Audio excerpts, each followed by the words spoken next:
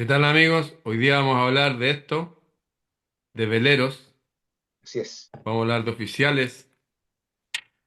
¿Por qué? Porque hoy día es 21 de mayo, aquí estoy con mi gran y apreciado amigo Claudio Boca Valenzuela. ¿Cómo estás, querido amigo Claudio? Bien, pues amigo, bien.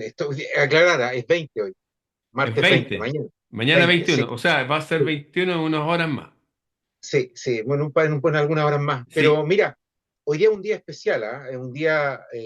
Mira, quiero que se imaginen que hoy día vamos a contar una epopeya de esas griegas, donde los hombres luchaban entre titanes. Eso es lo que quiero sí, que entiendan. sí, Y que los hombres eran reales titanes. sí. O sea, hombres de una calidad humana superior, superior, que se ha ido Mira, perdiendo en el tiempo, lamentablemente. quería contar,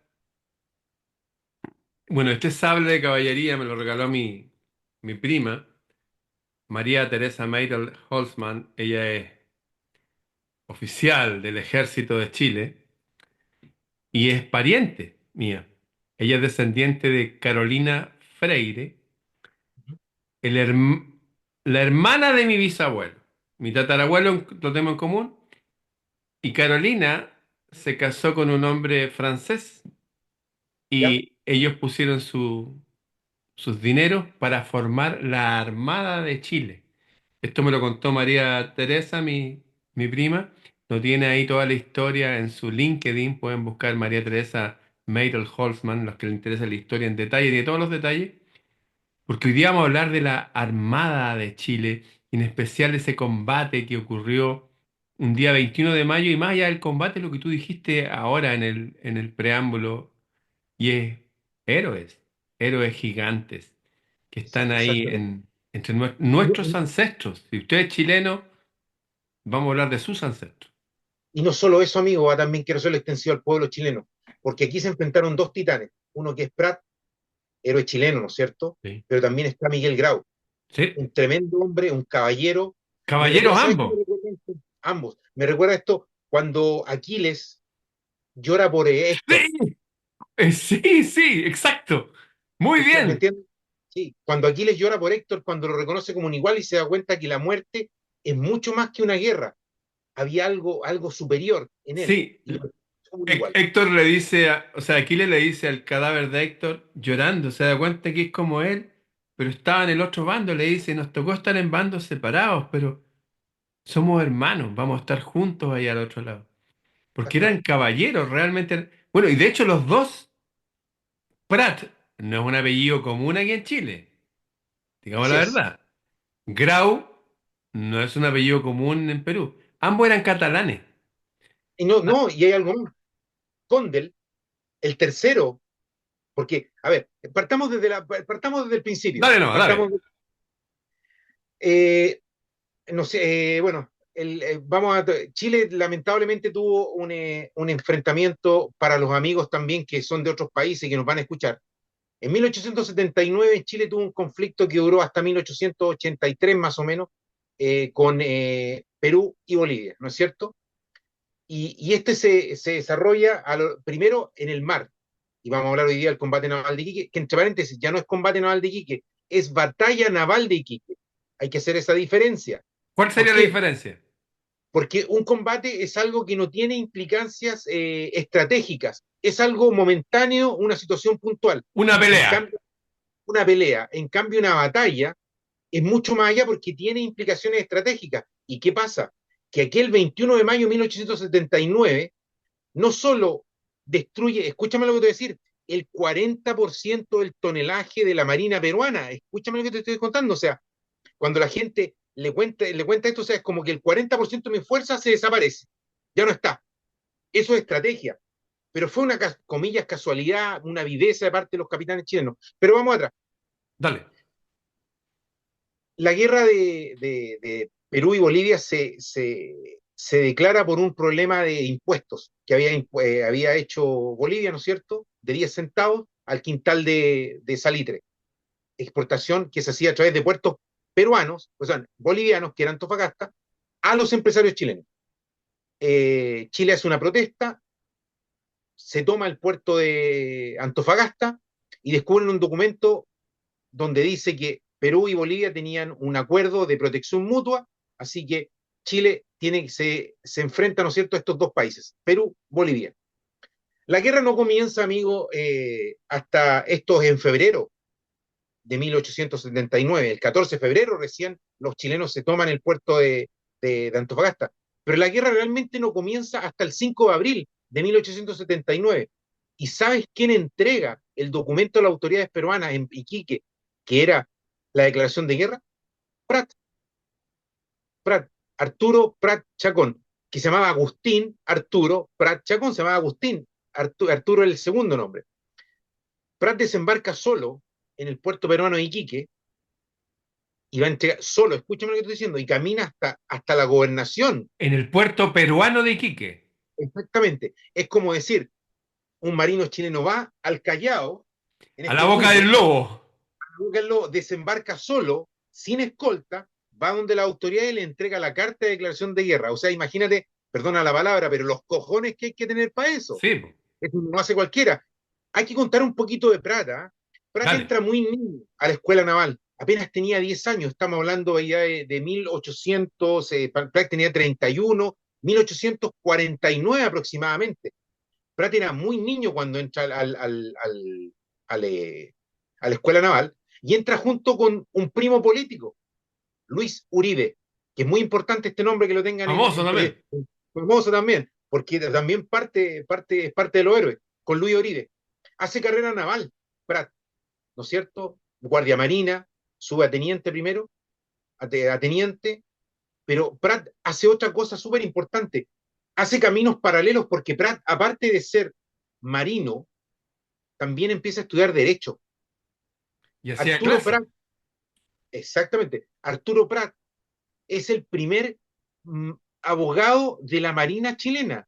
No era un tipo cualquiera, era un tipo que al mismo tiempo que hace, ¿no es cierto?, su carrera militar, hace también una carrera humanista, que era De- abogado. Déjame Adelante. decir que Prat fue el primer abogado de la Armada, tal cual como Manuel Rodríguez fue el primer abogado de los militares, de las fuerzas de tierra. Hay una Imagínate. analogía que podríamos hacer en el arquetipo entre Prat y Manuel Rodríguez, y ahí tal vez su arrojo, porque su mente era más brillante, tenía más conexiones cerebrales, entendía cómo funcionaba. No solamente ellos no estudiaban la ley de aquí, estudiaban la ley de aquí, también veía lo que estaba pasando con la ley en Estados Unidos, la ley acá en Perú, en España, o sea, sabía cómo funcionaban las leyes acá, en este plano planeta, digamos, No, acá. y además, escúchame, Prat tenía un sentido crítico, no era un hombre netamente apegado a lo militar. La tesis de grado de Prat con respecto al derecho fue sobre la ley electoral. Por el fraude en la ley electoral, él hace una crítica. O sea, esto le trajo un montón de problemas a Prat dentro de la Marina, porque los, los marinos letrados, comillas, no eran bien Apolítico, mirados, sí, apolíticos, ¿me ya. entiendes? Apolítico, pero bueno, Prat hace eso. Pero además Prat tenía una beta súper bonita y súper interesante que la gente debe saber. Prat, como dices tú, hacía clases a obreros pobres, analfabetos, en las nocturnas. Además tenía un sentido social Me enseñaba a leer y a superior. escribir. Exactamente. Pero eso es lo interesante, amigo, de la gente de aquella época. Imagínate, marino, abogado, profesor, y no tenía 25 años. Y valiente. Además, y Fue consecuente, solo, fue consecuente. Fue solo, solo, caminando a entregar la carta de que, oye, les vamos a declarar la guerra. Podían haberlo matado y tomarlo preso, haberle pegado una... Cualquier cosa. No, y antes que eso te quiero contar, la Esmeralda, en un momento, en uno de los temporales, estamos hablando por allá por el año 1870 y tanto, 74 me parece, en un temporal en Valparaíso, la Esmeralda corta amarra, o sea, se le cortan los cables que la firmaban al muelle y empieza a irse y se podía hundir.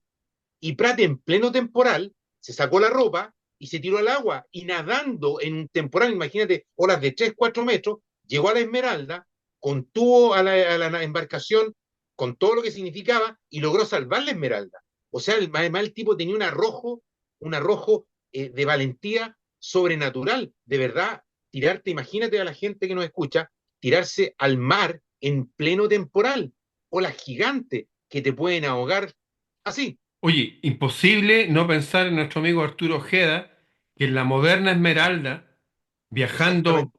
dirigiéndola desde Chile a Japón, tuvo que enfrentar tifones, marejadas gigantes, hombres al agua que se cayeron de noche. De aquí un saludo al amigo Arturo Ojeda, contraalmirante de nuestra Que Armada le chilena. dedicamos este programa a él, que le dedicamos este programa a él.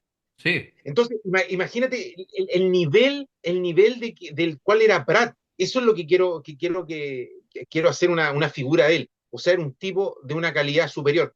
Entonces, Pratt llega ese 5 de abril, va caminando, entrega la carta y vuelve a su embarcación. Hay que anotar algo además. ¿Ah? Pratt era un tipo que era reconocidamente de un intelecto superior porque él fue designado secretario personal de Rafael Sotomayor. ¿Quién fue Rafael Sotomayor?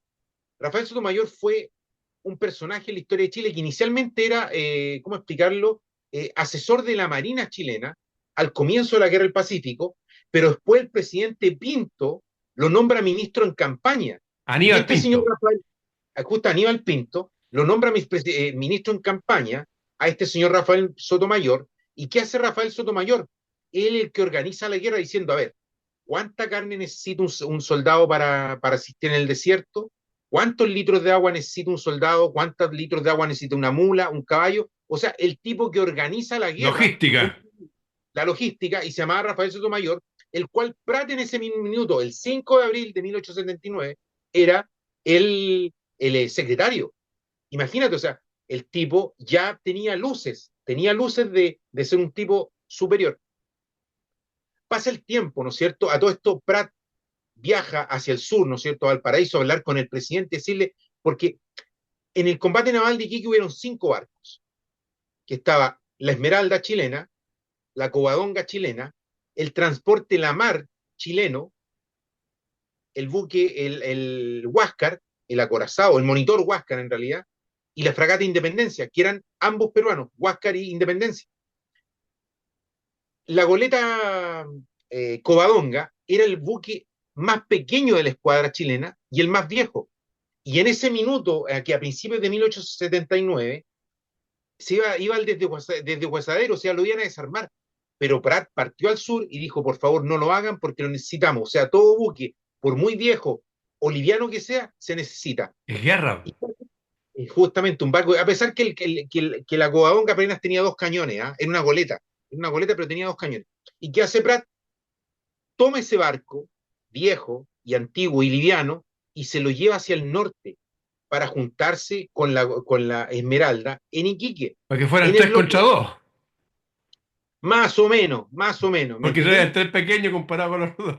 Exactamente, porque ¿qué pasaba? ¿Qué pasaba aquel día, aquellos primeros días de mayo? Estaba, ¿no es cierto?, el bloqueo de los chilenos frente al puerto de Iquique. ¿Y por qué estaba ese bloqueo ahí? Porque por el puerto de Iquique salía el salitre peruano hacia el mundo. Entonces, ¿qué hizo Chile? Les cortó el ingreso de dinero del salitre. Por eso los chilenos estaban ahí en Iquique. Entonces, los primeros días de mayo, llega Prat con la Covadonga, estaba la Covadonga, el Cochrane, ¿cómo se llama? El Blanco, toda la escuadra chilena ahí, ¿cómo se llama? En el puerto de Iquique, y ya el almirante Juan William Rebolledo, que es el comandante en jefe de la Armada chilena, él piensa y dice, a ver, la única manera que nosotros podamos ganar rápidamente esto va a ser yendo a la boca del lobo, que es el Callao, y enfrentándonos en un combate decisivo con la escuadra peruana, que eran esencialmente la Independencia y el Huáscar. Ese era el plan ¿cómo se llama?, de William Rebolledo. Entonces, ¿qué hace William Rebolledo? A ver, dice, vamos a hacer lo siguiente, organicémonos, por ahí por el día 10 de mayo. Toma Prat, que era comandante, escucha, de la Covadonga, lo transfiere a la Esmeralda. En la Esmeralda, su comandante era Manuel Thompson. A Thompson lo transfiere a la Aftao, que el Aftao lo iban a usar como un brulote. Un brulote es un barco misil, para que lo entienda la gente. Era un barco que se lanzaba contra otro para Que se hacía en destruir las la guerras nave. griegas. Un barco Exactamente, que muera, o como los aviones kamikaze de los japoneses. exactamente, era un barco, mira, era un barco kamikaze. ¿Qué tenía que hacer Thompson? Llevar ese barco, Dirigirlo, po. dirigirlo Y tirar solamente, salvar y la escapar. tripulación y escapar ellos y dirigirlo contra otro buque. Entonces, el Aftao iba a ser un brulote, se llaman brulotes en la Marina. Y el comandante Laptao era Carlos Condel, que lo envían a la Covadonga. O sea, hubo una sillita musical Un ahí. Por eso enroque. fue lo que digo, un enroque. Condel a la Covadonga, Prat de la Covadonga a la Esmeralda y Thompson de la Esmeralda Al a brulote. Laptao. Entonces el día 15 de mayo, si no me equivoco, la escuadra chilena parte hacia el norte. Se va toda la escuadra chilena hacia el norte, con los dos blindados, que era el Cochrane y el Blanco, adelante, ¿no es cierto? Llevándola a la escuadra porque ellos iban a enfrentarse contra la escuadra peruana, sin saber que el presidente Prado le había dicho a la escuadra peruana que tenían que viajar hacia el sur. Esto no se sabía, no había comunicación, porque a todo esto, perdona, lo interesante de esto es que todo movimiento de las escuadras antiguamente se publicaba en el diario por un tema de seguros. No sé si sabía eso tú. No. Los seguros publicaban el barco tal, con dirección a tal. Entonces, ¿cómo se llaman? Los planes militares se sabían a través del diario. Era cosa de comprar el diario y tú sabías qué estaba haciendo el otro. Es que la guerra era otra, era otra. ¿Me entiendes? Entonces, William dijo, no, porque si aviso a Chile que voy a hacer esto, lo van a publicar en el diario. Se fue calladito hacia el norte, el día, como digo, 15 de mayo. Y chao con Y lo dejó, seguro. y chao con los y dejó a estos dos barcos viejos, ¿no es cierto? O no, los más viejos y con menos tonelaje, que era la Esmeralda, que tenía 800 toneladas, y ¿cómo se llama? La Covadonga. Covadonga, 800 toneladas. Los dejó ahí en el puerto de Iquique. Tranquilo, pues dijo, ¿quién va a venir acá? No va a pasar ninguna cosa, dejamos a los más indefensos, no a los menos valientes, a los barcos más viejos, y Sí. ellos fueron hacia el norte. En el intertanto, los peruanos venían Sur. hacia el sur, y se encuentran más o menos como las flotas se cruzan de noche aproximadamente, eso se calcula, frente al puerto de Mollendo, que es un puerto que está a 100 kilómetros al norte de Tacna. Ahí aproximadamente se encuentran en el puerto de Mollendo, se cruzan las flotas. Significa que la chilena hacia el norte y la peruana hacia el sur. La flota peruana para en Arica. ¿Por qué motivo? Porque en Arica venían con el presidente Prado, venían con el presidente de la República peruano arriba, y lo dejan en Arica. Y la Guardado ahí. escuadra, guardado, y la escuadra chilena, o sea, peruana, sigue hacia el sur. En el intertanto, Juan William Rebolledo le deja una carta a Prat. Es súper importante esto, ¿eh? Es súper importante. Le deja una carta a Prat que le indica que no la abra hasta el día 20 de mayo. Y Prat invita a Condel, que estaba en la Covadonga, y algunos oficiales, en esa tarde-noche, a la Esmeralda, porque Prat va a leer esa carta que le había dejado William Rebolledo. La va a leer. ¿Y qué hace? Y entre los que invita Prat de la Covadonga, invita a un ingeniero que se llamaba Juan, Juan Cabrera Gacitúa. Juan Agustín Cabrera Gacitúa, ahí me acordé el nombre completo. Invita a este ingeniero. ¿Y cuál es la función de este ingeniero? Era cortar el cable del telégrafo. Y lo invitan también a la Esmeralda. Y resulta, bueno, Prat lee esta carta y Prat dice, bueno, mañana es un día de gloria para Chile, porque él calculaba que iban a llegar ese día 21 de mayo más o menos al Callao. Entonces, Prat dijo, mañana es un gran día de gloria para Chile, sin saber que él iba a ser el día de gloria. Se va a Condel, ¿no es cierto?, a su buque, pero Juan Cabrera queda en la Esmeralda, pernocta ahí. Condel se va con su barco y empieza, la Covadonga empieza a hacer la vigilancia por afuera del puerto de Iquique, fuera de la rada de Iquique. La Esmeralda estaba pegadita al puerto, ¿no es cierto? A las 6:10 de la mañana, aproximadamente, los vigías de la Covadonga ven humo al norte. Y lo interesante es que inmediatamente los chilenos saben que era el Huáscar y la Independencia que venía. ¿Y por qué motivo? Porque el que estaba en la cofa, el vigía que estaba arriba, había servido en el Huáscar. Era chileno, pero había servido en el Huáscar antes de la guerra. Y apenas vio el humo, dijo, viene el Huáscar. Le avisan a Condel se levanta, Condel rápidamente dispara un cañonazo para advertir a la gente de la Esmeralda, y se va con banderas. Prat le dice a Condel que se acerque para hablar, aunque tú no lo creas, no había sistemas de Ah, radiotelegrafía. Se acerca y con estas cornetas grandes, ¿te acuerdas tú? sí. Como estos megáfonos Sí, se ponen a hablar y Prat le dice, siga mis aguas, mantenga los fondos bajos. ¿Qué significa eso? Sígame a mí en lo que yo haga. Mantener los fondos bajos significa manténgase lo más apegado a la costa posible porque los barcos peruanos no pueden entrar tan cerca. no, po. Que se Y en encallan. exactamente, y en el intertanto aparece, mientras los dos barcos están conversando y hay un pequeño movimiento, el Huáscar dispara, el primer tiro. Pero ese es un tiro, amigo mío, que en la Marina antigua era como tirar el guante. Bueno, ¿hay lucha o no hay lucha? Lo dispara intencionalmente entre los dos para decir, bueno, ¿peleamos o no peleamos? Y los barcos chilenos empiezan las maniobras, ¿no es cierto? Y se declara el combate a eso aproximadamente de las 8:10 de la mañana, no más o menos, del veces de 21 de mayo. Entre paréntesis, ahí está la famosa arenga, ¿no es cierto?, que hace Prat. Muchachos, la contienda es desigual, nuestra bandera nunca ha sido arriada y espero que esta no sea la ocasión. Y si yo muero, mis oficiales, bueno, los chilenos Sabrán que cumplir estamos con su acá deber. deben cumplir con su deber y lo hicieron, ¿eh? Y lo hicieron. Así que empieza ese combate. Vamos a resumir un poquito porque es un poquito largo y yo sé que no Dale, tenemos no, tanto dale, dale. tiempo. No, El está Huáscar entretenido. le pega tres polonazos a la Esmeralda, ¿no es cierto? Y hay que tomar en cuenta esto, piensa la que piensa la gente. El Huáscar pesaba 2006 toneladas de desplazamiento, o sea, 2006 toneladas a De golpe. 18 kilómetros por hora. Imagínate el impacto que haber sido en aquel buque. Y te quiero mostrar algo, mira, Con quilla metálica y todo.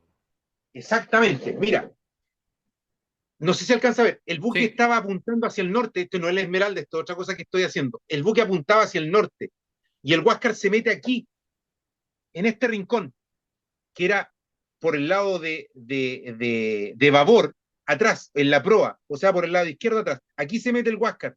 Y es aquí donde salta Prat, al castillo de proa del Huáscar, aquí.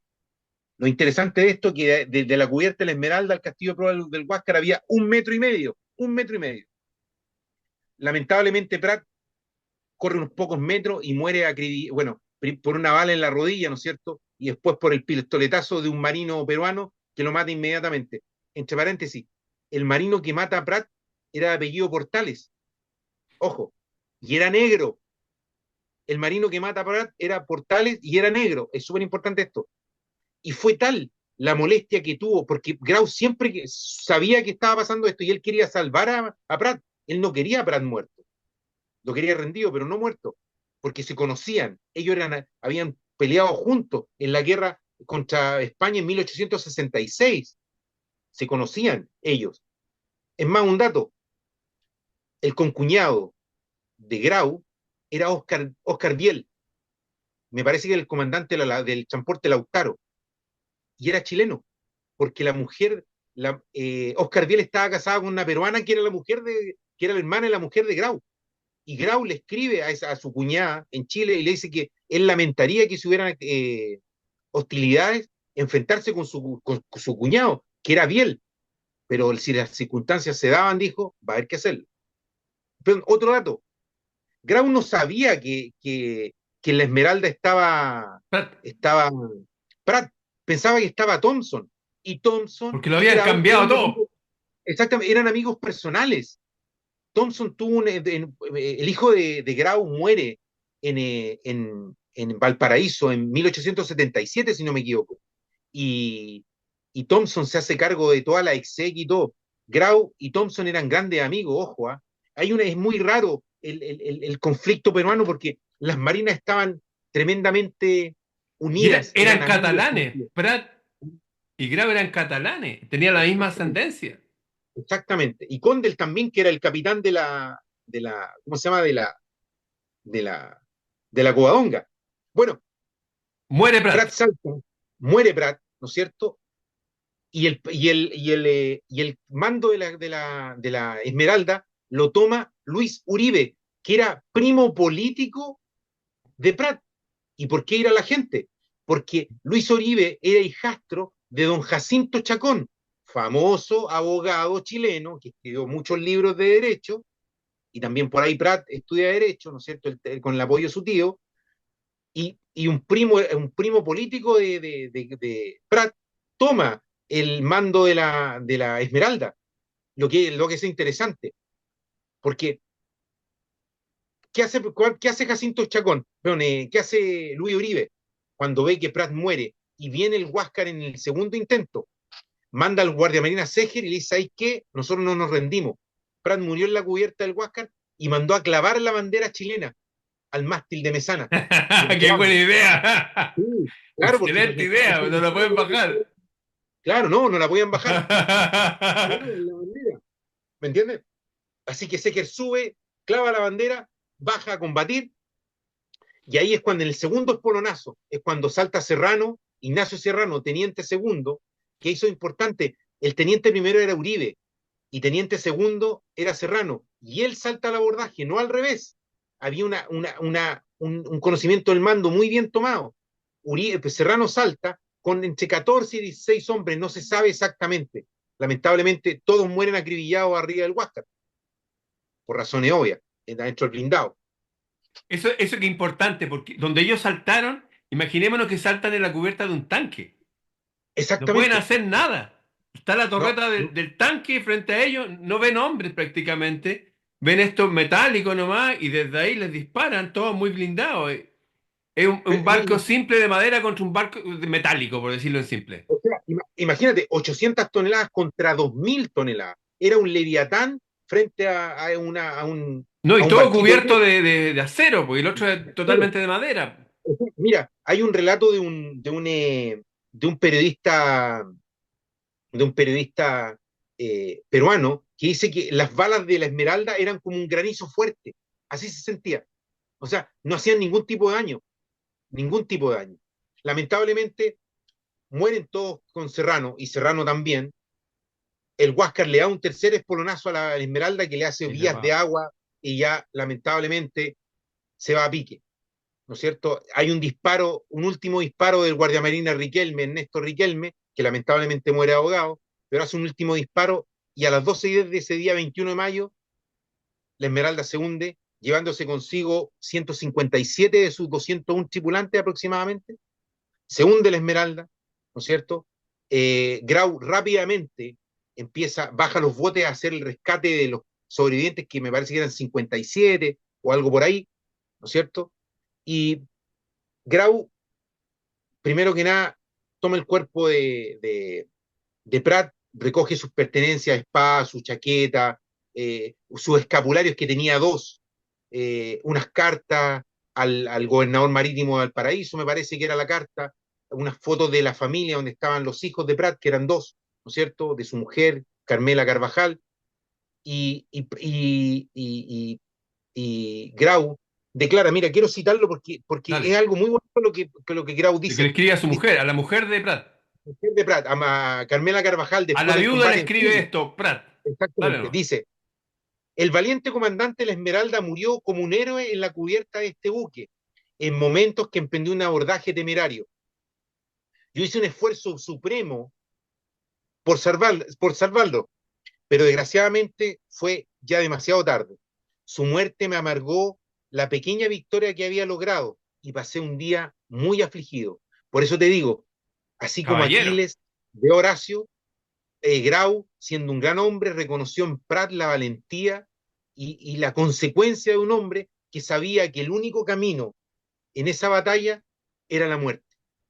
Por eso siempre, además, amigo mío, hay que decir que no solo Prat tenía calidad humana, tenía valentía, era un excelente padre de familia, un excelente esposo. No sé si tú has tenido oportunidad de leer las cartas de Prat a su mujer. No. Tenían una vía epistolar maravillosa donde él en todo momento le declara un amor profundo a, A a Carmela Carmela Carvajal. Carvajal. Sí, siempre, siempre, siempre le declaró su amor a sus hijos y ella también escribiéndole con ternura incluso escondiéndole cosas para que Prat no sufriera, porque la primera hija de Prat, Carmelita Carvajal, Murió. Prat, murió muy niñita y Prat estaba lejos. Y para no amargarle la vida, Prat no supo hasta cuando volvió a Valparaíso, varios meses después de la muerte de la niña. O sea, con eso quiero decirte que las calidades humanas han cambiado mucho, ¿ah? Mucho, mucho. La consecuencia de ser humano, lamentablemente hoy día no te hablo como un historiador amateur, te hablo como un hincha. Yo creo que desde Eh, niño, a mí en mi casa, mi papá siempre fue muy admirador de Prat. Eh, y también quiero tocar algo súper entretenido también, ¿ah? Al sur del combate naval de Iquique se produce el de Punta Gruesa, donde se enfrenta la fragata Independencia, la fragata, el buque más grande de la escuadra peruana, contra el buque más pequeño de la escuadra chilena, la, la la fragata, Colombia. la fragata de los barcos más grandes de todo el mundo. Exactamente. Y a fragata acorazada, pesaba 3.500 toneladas de desplazamiento total, imagínate, y la otra apenas 600. Condel hábilmente mantiene, como dije yo, el barco muy apegado a la costa, Para que y no en se un pueda minuto, acercar. exactamente, porque lo que quería hacer lo que quería hacer Moore, Juan Guillermo Moore, era pegarle un espolonazo a la Covadonga y destruirla. Y además, Partirla en dos. claro, la Independencia tenía un cañón aquí en la punta, pero para dispararlo tenía que hacer esto, entonces tenía que mantenerse en todo momento detrás de la Covadonga para poder disparar, porque tenía que botar las bandas que se llaman, este movimiento.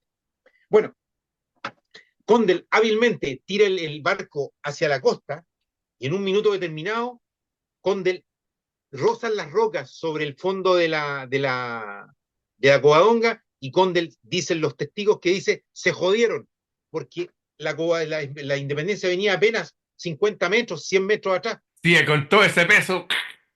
Imagínate la energía cinética, amigo mío, 3.000 toneladas paradas en seco. De haber quedado la escoba, saltaron una cantidad de gente por delante. Bueno, el buque se escora, escorar significa que se pone helado y se empieza a hundir. Y Moore dice, bueno, no hay nada que hacer y, ¿cómo se llama? Abandonan el buque. Ese cañón, cuando el buque está escorado, ¿no es cierto? La Covadonga se da la vuelta y Y le empiezan a pega. dispararle desde las cofas, no, desde las cofas, porque había que evitar que los artilleros dispararan a la Covadonga.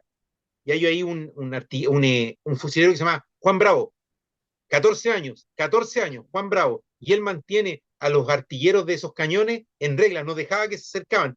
Apenas en la Independencia hay 6 muertos, ¿ah? Y me parece que en la Covadonga hay 3 por un cañonazo del Huáscar, 3 y 6 muertos en la Covadonga, perdón, en la Independencia.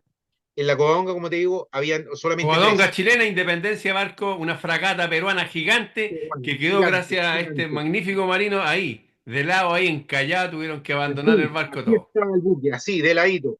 Así que es el combate naval de Iquique. Mira, lamentablemente, 37, 38 minutos no dan mucho para hablar, no dan mucho, o sea, hay que resumir mucho, pero hay muy buenos libros, hay muy buena literatura nueva que la gente puede investigar y con detalles sabrosos, detalles. Mira, tengo que 2 o 3 minutos, cortito.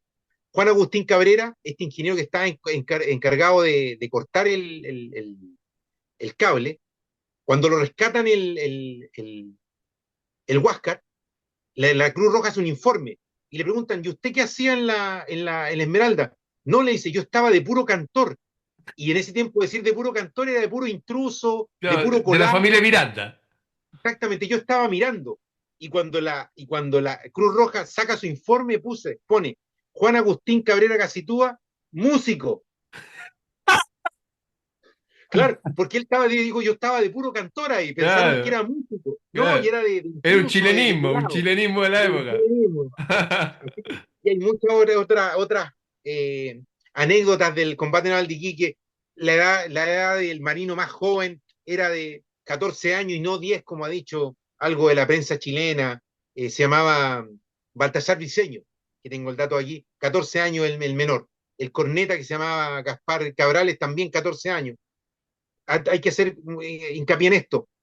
No habían niños en la Esmeralda. El promedio de los guardias marinas era de 24 años, es súper importante. Lo que pasa es que eran bajitos. El Ya. promedio de altura de los guardias marinas era de 1,45 m hasta 1,60 m. No sé por qué los grumetes tenían que ser chiquititos, no lo sé, Es que para meterse pero en los recovecos, a lo mejor de los barcos, y a me imagino, limpiar me ahí. imagino, claro, para limpiar, porque habían distintas Hay funciones y que todo. mantener los barcos, pues hay que tenerlo impecable. Claro. Sí, porque además que las maderas se hinchan, hay que Sí. mantenerlas calafateadas, que sellar eso con brea. es bien largo el proceso, pero esa es la historia un poco en breve, que mañana se cumplen, como te digo, 146 años del combate naval de Iquique, y hay que reconocer la valentía no solo de chilenos, sino también de peruanos, a Sí, nuestros hermanos oye, peruanos. te quiero felicitar por este resumen histórico que hiciste para todos nuestros amigos, especialmente chilenos y peruanos. Eh, Quiero destacar eso que dijiste, que para Grau el conflicto, porque obedecían a poderes políticos, lo hicieron enfrentarse. Pero él sabía que, oye, él es mi hermano, es mi amigo, son mis...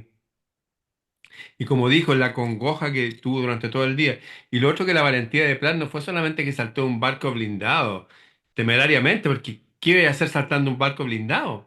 Exactamente. Nada, pues sí, es como... Claro. En fin, pero la valentía se ve desde antes, cuando va a dejar esta carta él solito, seguramente lo dejaron, o fue en un bote, desde su Fue en esquife, un bote los peruanos. claro, y caminó a pie y fue a declarar la guerra él solo. Esos son datos muy interesantes y lo otro que al igual que Manuel Rodríguez fue el primer abogado del ejército, Arturo Prat fue el primer abogado de la Marina. Bien, querido amigo, oye, te felicito, un gran abrazo y nos vemos el Un próximo abrazo a martes. todos. Listo. Nos vemos. Cuídate. Chao, Oye, y chao. un saludo a nuestro amigo Arturo Ojeda, contraalmirante, que él va a tener algunas historias que contar seguramente con nosotros en algún momento. Exactamente. Un abrazo para él también. Cuídate. Listo. Chao, chao.